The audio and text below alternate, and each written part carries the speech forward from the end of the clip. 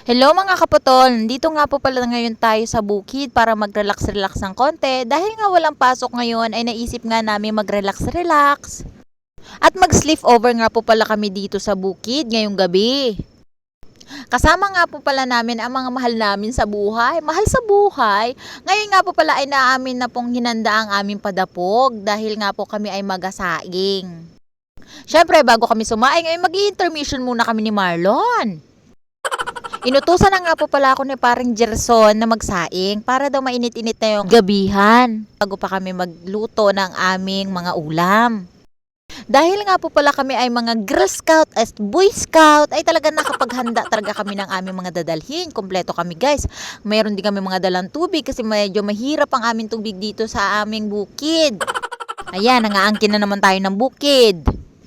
Dito nga po mga kaputol ay naghanda na nga po kaming dalawa mag-asawa ng aming mapapaglutuan.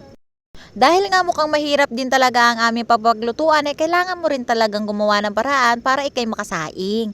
Gumawa nga po pala kami ng mga sinaunang tradisyon na sinasabit laang sa kahoy para ikay makapagluto at makadapog.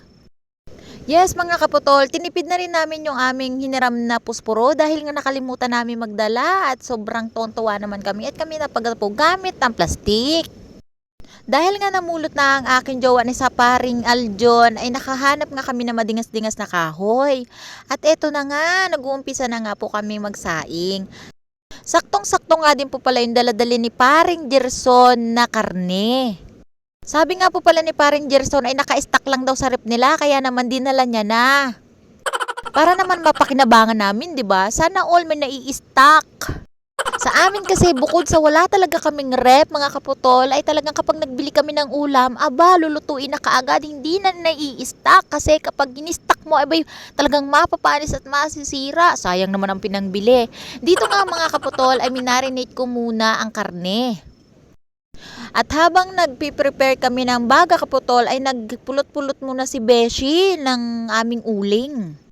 Dahil nga malapit nang maluto ang aming kanin ay sinunod ko na rin talagang isa lang ang aking minarinate na karne ni parang Gerson. Pag ganito nga naman talagang mag-i-sleep over ay kailangan mo rin talagang paghandaan yung mga dapat mong gagawin.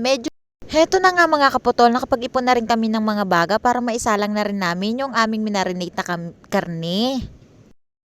At syempre, yung tira-tira nga po pala sa marinate na karne ay yun yung ginamit kong pang sauce para mas malinamnam at mas may malasa. Habang niluluto nga namin yung karne ay nagumpisa na rin ako magsandok at mag-set up ng aming pang boodle fight.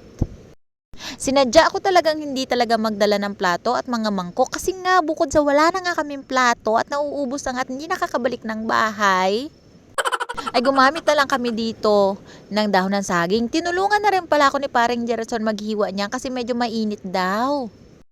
Concern naman si paring Gerson sa akin kasi nga bukod sa wala akong kamay, baka mapasok nga daw ako. Oo mga kaputol, sobrang crunchy din talaga yung pagkakaluto namin dito kahit na napakaliit lang yung naipon namin baga. Makalipas nga ang 3 araw ay naluto din si marinate na karne na inihaw. At ayun na nga, binahagi-bahagi na nga ni parang Gerson ang aming bubudil fight para makapag-umpisa na rin kaming kumain. Gumawa na din para si kumaring Lisel para makapagkain na nga kami. Dahil nga hindi na talaga namin maantay yung iba na susunod sa aming sleepover dito ngayong gabi ay nag-umpisa na nga po pala kaming kumain. Sobrang sarap din po talaga yung aming hinandang pagkain dito kahit na sobrang konti lang din talaga yung aming kayang-kayang bilihin at i-prepare. Pinagsama-sama lang ho namin yung aming mga pagkain dyan para maging mas marami para ma-share din namin sa ibang kasama, di ba? At nakakatuwa nga guys, naubos nga namin talaga yung isang kalderong kanin na yon na sinaing ko.